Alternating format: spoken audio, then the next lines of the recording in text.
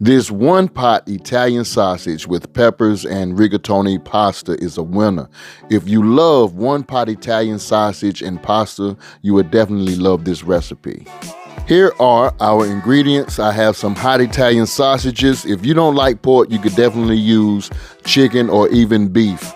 Then I also have 2 green bell peppers along with 1 sweet Vidalia onion. I like the sweetness that this onion gives to the sauce. I have some minced garlic along with some unsalted butter for our herb seasonings. We also have some basil leaves, dried basil leaves with some toned spaghetti seasoning. And then I have some oregano dried leaves as well. For our seasonings, we have black pepper, along with that some kosher salt. And I do love some Spain spices, garlic and herb seasoning. And then we have some onion powder along with some garlic powder. I also have a can of diced tomatoes with roasted garlic and herbs. Then I have some Hunt's tomato sauce, some Hunt's tomato paste, some Rotel original diced tomatoes and green chilies. Then I have some vegetable broth, all right? And then I have some mozzarella cheese on the block, not the shredded stuff. And then I have some rigatoni pasta, all right? You're gonna need the 1-pound box. Now, the first thing that we're gonna do, we're gonna take our Vidalia onion and we're gonna go ahead, baby, and chop this baby up. We want some chops to this here onion. So we want to leave the root part on. Now, how many of you guys always peel an onion and you always have that problem with getting that onion paper off? That's what we call it, y'all, onion paper. All right, so I'm showing you exactly how some of us do when we try to get that paper off. First of all, we fight it, and it seems like we're not going to win at all right? So with this half of the onion, this is what happened when we struggle to try to get the paper off. On that second onion, I want to show you how easy we could definitely do this without going through all the hard troubles, all right? The first thing you're gonna do is just grab that first layer of onion and pull it back. And that's it. That solves the problem, y'all, right there. This is tip 101 coming from Mack. I hope you guys try this tip at home. It'll stop you struggling from getting that paper off your onion. If this was a good tip, give it a thumbs up. So what we're gonna do now is take our knife and we want to hit it about 3 times diagonally. You know what I'm saying? We're gonna go ahead and try to chop this baby up. And then we're gonna go and give it some vertical cuts, many as you want. And then from there, we want to go ahead and slice it. And this is what's gonna give us our chopped onions, all right? And another thing I try to do, I try to utilize as much of the onion as possible so I can get my good bang for the buck. We can't throw away no pennies, y'all. I'm trying to tell you right now, food costs too much for us to be throwing food in the trash can. You heard me? All right, so now, the next thing we're gonna do is we're gonna take our green pepper. You could cut the top off first and then take the seeds out of it and then just go ahead and slice it down as you seeing what I'm doing now. Now I'm just taking some of the white membrane off of the onion and I just want to cut it up in slices.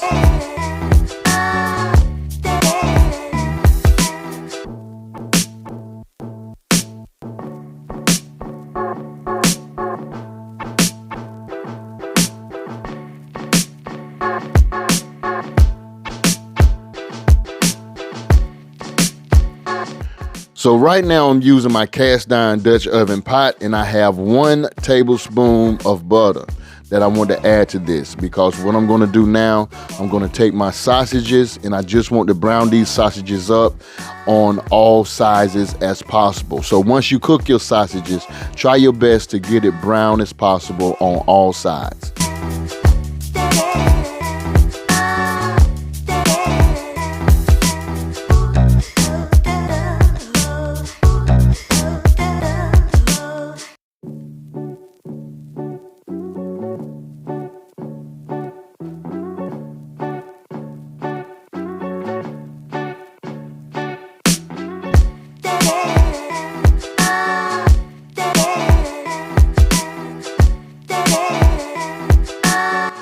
So our sausages are now done. We want to go ahead and remove these out of the pot, move them to the side. So let's go ahead and toss in our green bell peppers along with our chopped onions. And here we just want to cook these for at least around about a good 8 minutes, all right?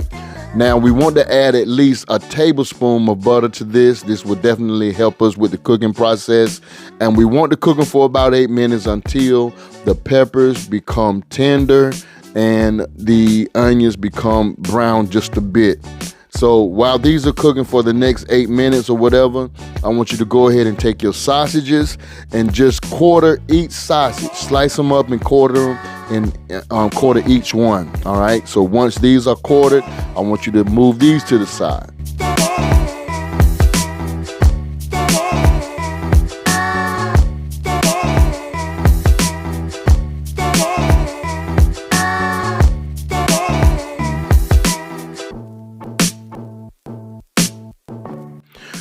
So right now, I want you to go ahead and add your sausages to the pot along with 1 tablespoon of your minced garlic, okay? I want you to do that because I did add the garlic here previously, but I also want you to take some of your vegetable broth and just add it to the pot. Take at least around about a half of that container and just add it to the pot.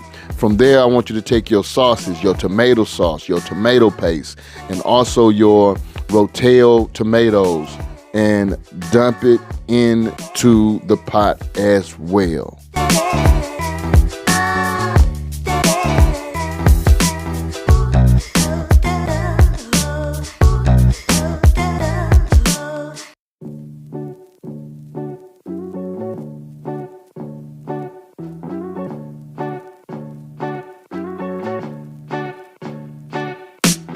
Now at this point, what I want you to do is take every last one of your seasonings and add it to the pot. But I want you to use your own measurements. Stop until your ancestors say stop, okay? Because I don't have measurements for your seasoning, but I want you to determine how much to put in, all right? Trust me, believe me, it's gonna be good, y'all.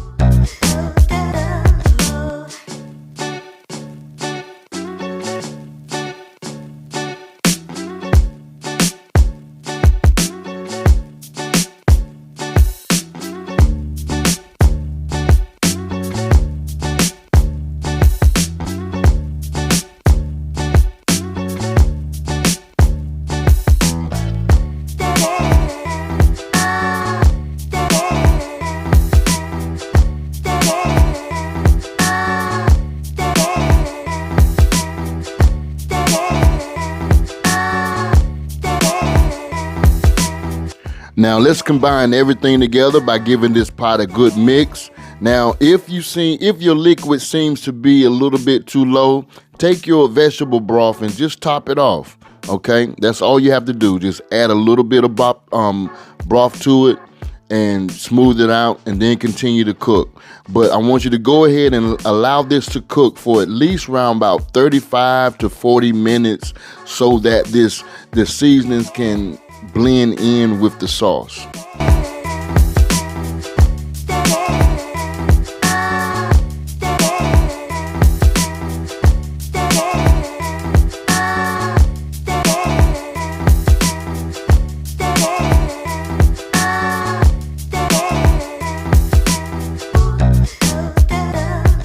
Now, while your sauce is cooking for about 35 to 40 minutes, I want you to continue to check on this and give it a stir. And then if you need to add more of your vegetable broth, add just a little bit at a time, okay? And then continue the cooking process up until about 35 to 40 minutes. And then we're gonna go to the next step.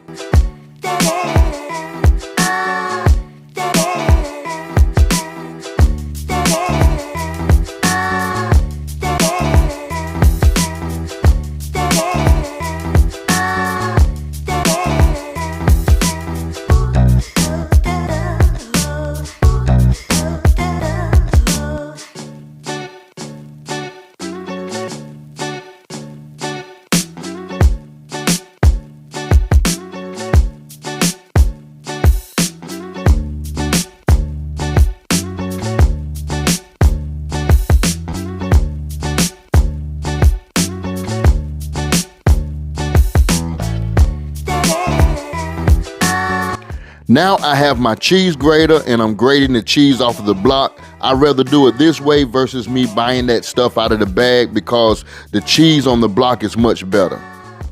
Now I added my pasta to the sauce, and I just want to mix and incorporate these two together, but I want this sauce to stick to my noodles. So I'm gonna allow this to cook for at least around about a good 10 minutes in the pot. So what I wanna do now is just cover it up and put the lid on it and give this at least 10 minutes so that that sauce could set well on the pasta.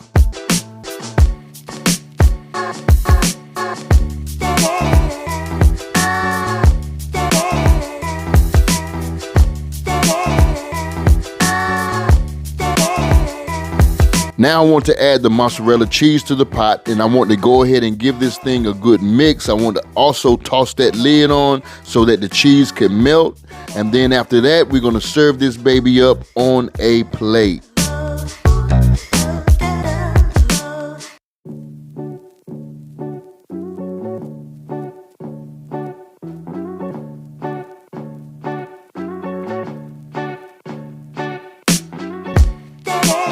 This one pot Italian sausage pasta is definitely a winner.